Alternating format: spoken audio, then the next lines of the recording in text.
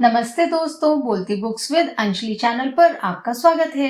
इस वीडियो में पढ़ेंगे बाल महाभारत कथा भाग 39 युधिष्ठिर की वेदना पर प्रश्न उत्तर। धृतराष्ट्र ने किसे अपने पास बुलाया? उत्तर, धृतराष्ट्र ने भीम को अपने पास बुलाया। प्रश्न, श्री कृष्ण ने भीम को धृतराष्ट्र के पास जाने से क्यों रोका? उत्तर, धृतराष्ट्र के हाव भाव से श्री कृष्ण समझ गए थे कि वे इस समय पुत्र के शोक के कारण क्रोध में हैं। भीम ने दुर्योधन को हराया था और वो भी नियम तोड़ के, तो धृतराष्ट्र तो अपने पुत्रों के शोक में थे। भीम ने धृतराष्ट्र के कई पुत्रों या कौरवों को मारा था, तो श्री कृष्ण को लगा धृतराष्ट्र क्रोध में भीम को कुछ नुकसान पहुंचा सकते हैं। प्रश्न, श्री कृष्ण ने धृतराष्ट्र के पास भीम के स्थान पर किसे भेजा? उत्तर, श्री कृष्ण ने धृतराष्ट्र के पास भीम के स्थान पर लोहे की प्रतिमा यानी मूर्ति खड़ी कर दी। प्रश्न, धृतराष्ट्र ने क्या किया?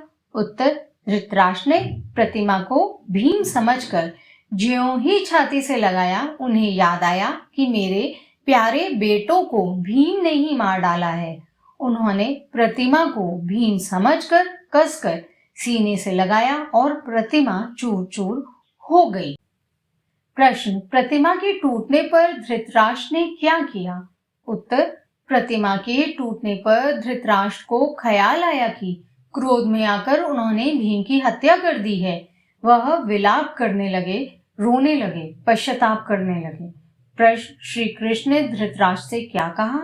उत्तर, श्री कृष्ण बोले, राजन, मुझे पहले से ही मालूम था कि आप क्रोध में कुछ ऐसा ही करेंगे। इस अनर्थ को, बुरे घटना को टालने के लिए मैंने भीम की जगह लोहे का पुतला, प्रतिमा या मूर्ति खड़ा कर दिया।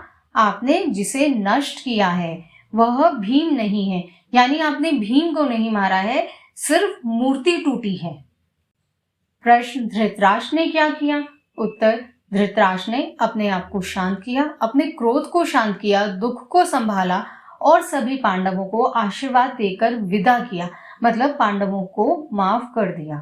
प्रश्न, धृतराष्ट्र से विदा लेकर पांडव और श्री कृष्ण कहाँ गए?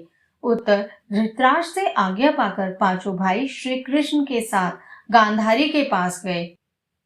प्रश्न, गांधारी ने क्या किया? उत्तर, गांधारी ने अपने आप को शांत करके पांडवों को आशीर्वाद देकर विदा कर दिया, मतलब गांधारी ने भी पांडवों को माफ कर दिया। प्रश्न, द्रौपदी गांधारी के पास क्यों रुक गई? उत्तर, पांडवों के जाने के बाद द्रौपदी गांधारी के पास ही रही। अपने पांचों सुकुमार बालकों के मारे जाने के कारण द्रौपदी रो रही थी।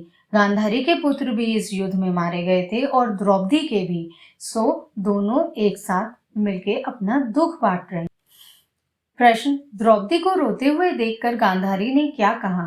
उत्तर, गांधारी ने कहा, बेटी दुखी ना हो, मैं और तुम एक ही जैसी हैं। इस सब की दोषी तो मैं ही हूँ। आज इस कुल का सर्वनाश मेरे कारण ही हुआ है। गांधारी कहीं न कहीं अपनी बेटी की गलती मानती थी इस युद्ध के लिए, और यह मानती थी कि इस युद्ध में हुए विनाश के लिए वह भी जिम्मेदार है, तथा वह भी द्रौपदी की तरह ही दुखी है। तो उन्होंने, गांधारी ने पांडवों को, द्रौपदी को, सबको माफ कर दिया और अब सब मिलके अपना दुख बांट रहे थे। प्रश्न, युधिष्ठिर के मन में क्या बात थी? उत्तर, युधिष्ठिर के मन में यह बात समा गई थी कि हमने अपने बंधु बांधवों को मारकर राज्य पाया है, अपने भाइयों, अपने परिवार के सदस्यों को मारकर राज्य प्राप्त किया है। उन्होंने इस पाप का प्रायश्चित करने का निश्चय किया और वन जाने का निश्चय लिया। प्रश्न, युधिष्ठिर की बात पर भाइयों ने क्या कहा? उत्तर, युधिष्ठिर के वन जाने की बात पर सभी भाइयों ने उन्हें समझाया। अर्जुन ने गृहस्थ धर्म की श्रेष्ठता बताई, मतलब गृहस्थ जीवन बेहतर है, यह समझाया।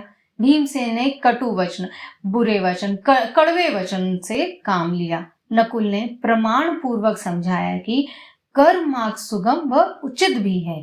नकुल के अनुसार युधिष्ठिर का राज्य करना अब उनका कर्म था और यही उन्हें करना चाहिए, जबकि संन्यास मार्ग कटीला और दुष्कर है। संन्यास लेना तो मुश्किल भी है, सन्यासी बन के जीवन जीना भी मुश्किल है और यह उचित भी नहीं है। अब युद्ध जीतने के बाद युधिष्ठिर को राज्य करना चाहिए। प्रश्न, सहदेव ने युधिष्ठिर से क्या कहा?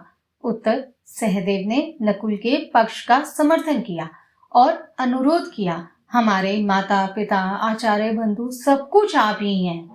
प्रश्न, द्रौपदी ने क्या कहा? उत्तर, द्रौपदी ने युधिष्ठिर को कर्तव्य याद दिलाया, कहा कि धर्म का पालन करते हुए राज्य करें और चिंता न करें। प्रश्न, युधिष्ठिर किसके पास गए? उत्तर, युधिष्ठिर कुरुक्षेत्र में भीष्म के पास गए, जो शरशय्या पर मृत्यु की प्रतीक्षा कर रहे थे। प्रश्न, पितामह भीष्म ने युधिष्ठिर से क्या कहा? उत्तर, पितामह भीष्म ने युधिष्ठिर को धर्म का मर्म समझाया और उपदेश भी दिया। धृतराष्ट्र भी युधिष्ठिर के पास आ गए। पितामह भीष्म ने उन्हें धर्म का अर्थ समझाया, उसके बारे में बताया और ये समझाया कि राज्य करना ही अब धर्म के हिसाब से उपयुक्त है। प्रश्न, धृतराष्ट्र ने युधिष्ठिर से क्या कहा?